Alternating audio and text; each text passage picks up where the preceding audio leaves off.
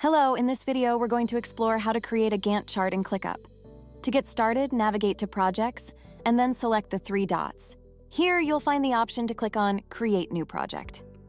Once you're there, select Folder and choose a name for your folder. After you've named it, click on Create. It may take a moment to load, so please be patient.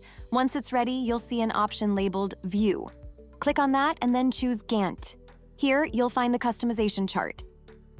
You can add names based on your requirements. Once you click on it, you'll see the name appear. The name is automatically generated, and you'll also notice a pop-up. Once you've finished, you'll see the folder displayed. There's a plus icon there. Go ahead and click on it. Afterward, you can create a list according to your needs by entering any relevant details. Once you've entered the information, press Enter. And that's how we create a Gantt chart in ClickUp. Thank you for watching.